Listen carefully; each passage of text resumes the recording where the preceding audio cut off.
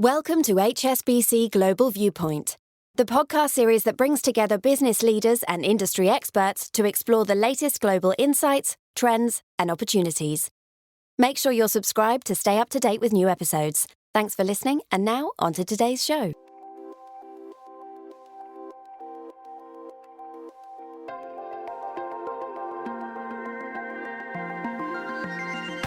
Welcome to Under the Banyan Tree, where we put Asian markets and economics in context. I'm Herald van der Linde, HSBC's Asian equity strategist. And I'm Fred Neumann, Chief Asia Economist. If you've noticed a bump in stocks exposed to mainland China the past week or so, well, that's because after 3 years of effective isolation, the grand reopening is officially underway. That's right. Airlines, hotels, casino operators, all of them have rallied on the back of border reopenings, meaning places like Hong Kong and Macau are once again accessible to mainland Chinese travelers. Domestic travel is also set to rise massively in the coming weeks as we enter the Chinese New Year period. COVID cases are still spiking though, and the healthcare system is severely strained, but the reopening is progressing faster than practically anyone could imagine. And after a bumpy transition period, we expect a strong macro rebound starting in around the second quarter. Yeah, on the equity side, there are sectors that will respond quite immediately to this, and we'll talk about this in a second. But there are also sectors where the impact is not so visible at the moment, but will come gradually over time. And on the macro front, consumption, inflation, and the housing market are all major talking points for investors, not to mention pro-growth government policy, which will help push up GDP in 2023. Well, Fred, I suspect this is going to be a busy podcast this week, so let's begin. So, Fred, we've seen the headlines in the newspapers, but how big is this really? Well, it's hard to overstate the importance of China's reopening. We're actually estimating that will push up GDP to 5% this year. That's a fairly punchy number, and it's going to be driven mostly by consumer spending, right? As you remove the restrictions, people moving again across the country, they're confident about consuming, going out, demanding services. All of that will drive up GDP growth. And to some extent, they also have a bit of money burning in their pockets. There are excess savings. For example, if some Chinese households have accumulated, our estimates are here. It's about 6.5 trillion renminbi. That's what they call revenge spending, I think. It's a revenge spending, yeah. But it's almost $1 trillion in excess savings that they have, and they could actually deploy. Now, this is not to minimize that a lot of Chinese, of course, have suffered on the healthcare front in recent months, recent weeks, and continue to suffer.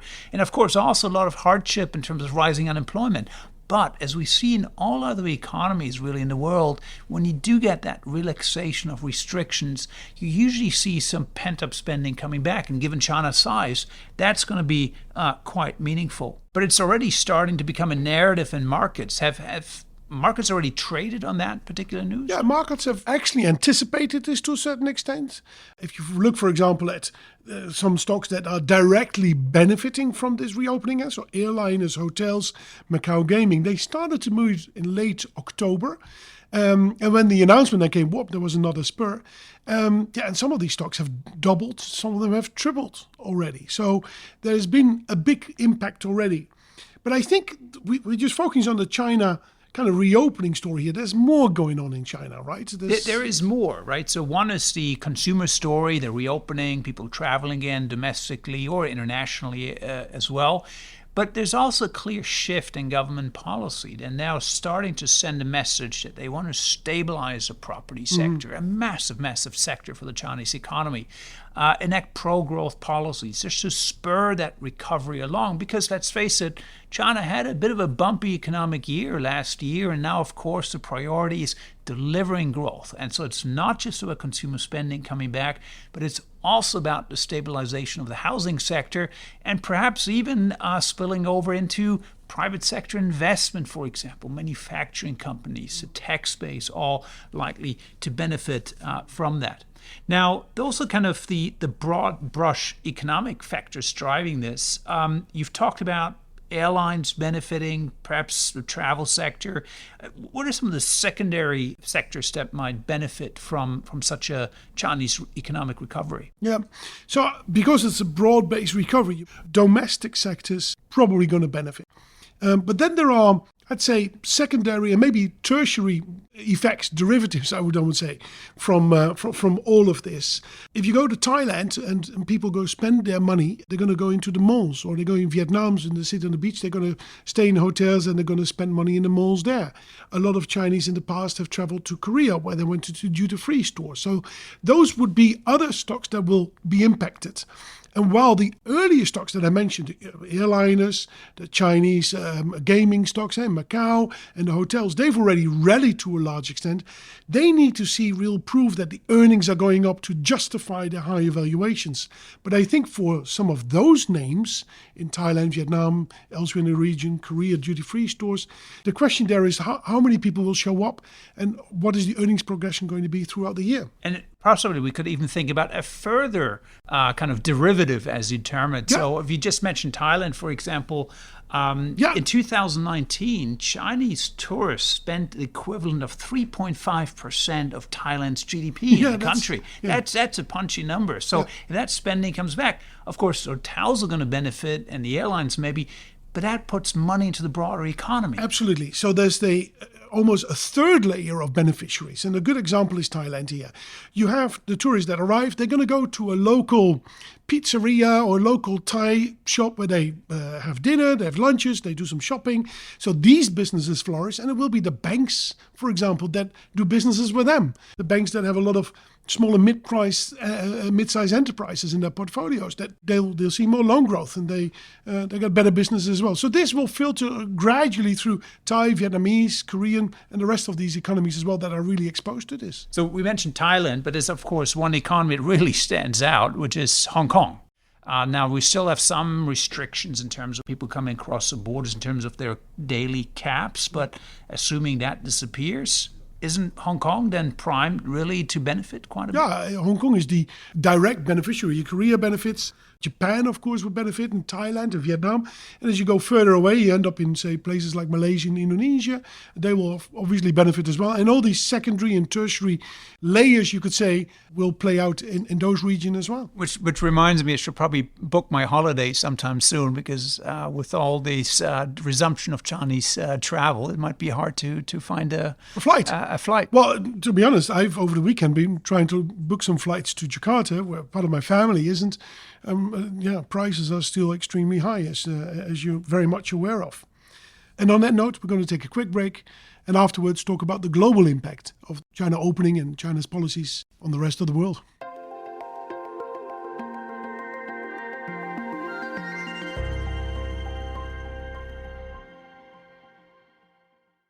So, Fred, we're already looking at, say, the impact in the rest of Asia, but of course this will have global reverberations as well, right? It does. And the interesting effect here is really through the inflation channel, right? We had an enormous amount of inflation in the Western world, particularly last year, whether it's in Germany, US, UK, all of these markets really suffering from very high inflation.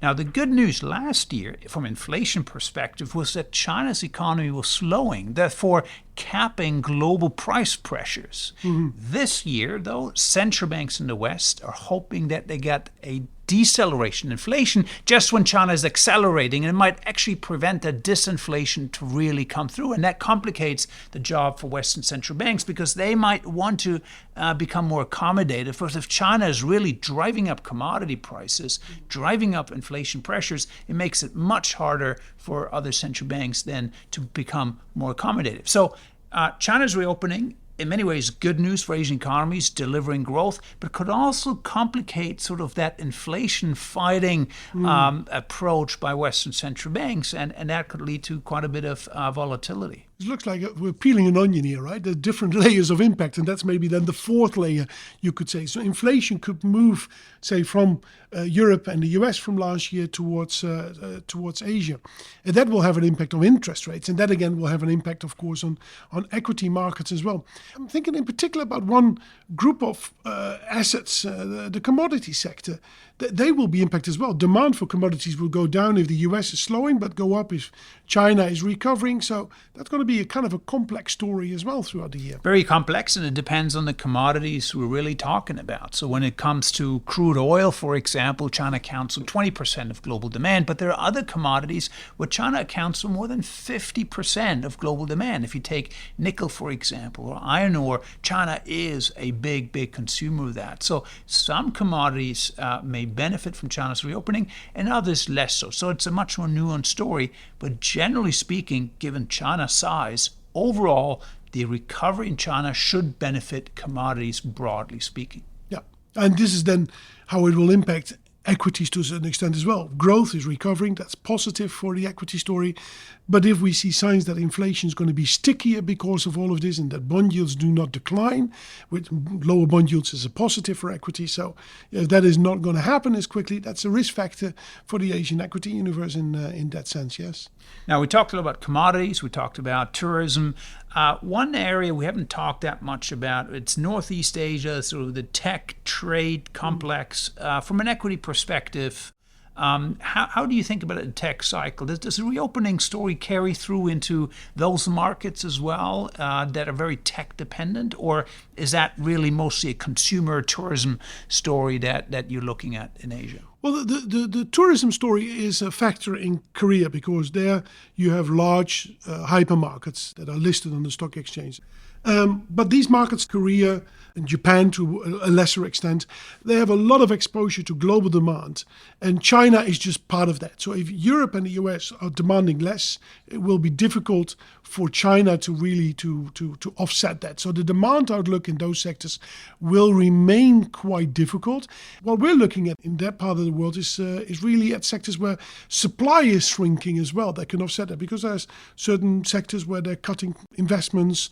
That's what we're looking for.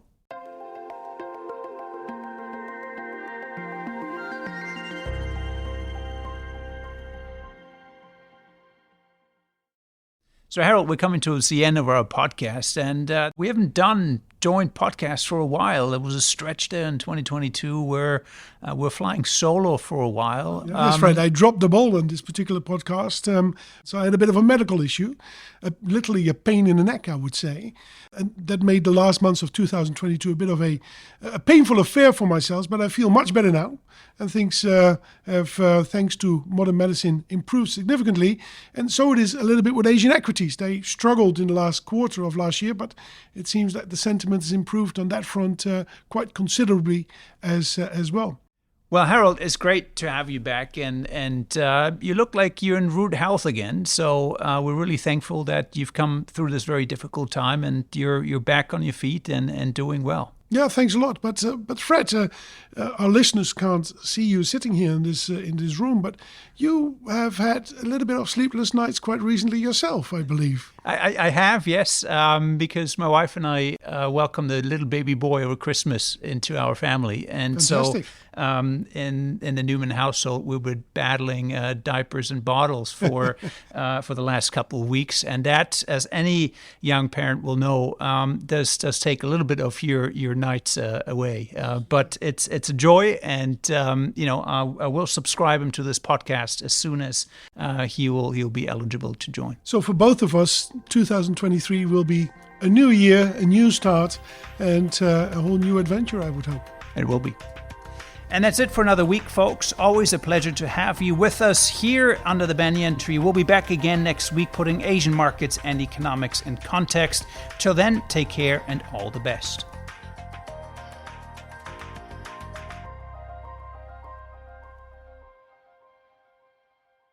Thank you for joining us at HSBC Global Viewpoint. We hope you enjoyed the discussion. Make sure you're subscribed to stay up to date with new episodes.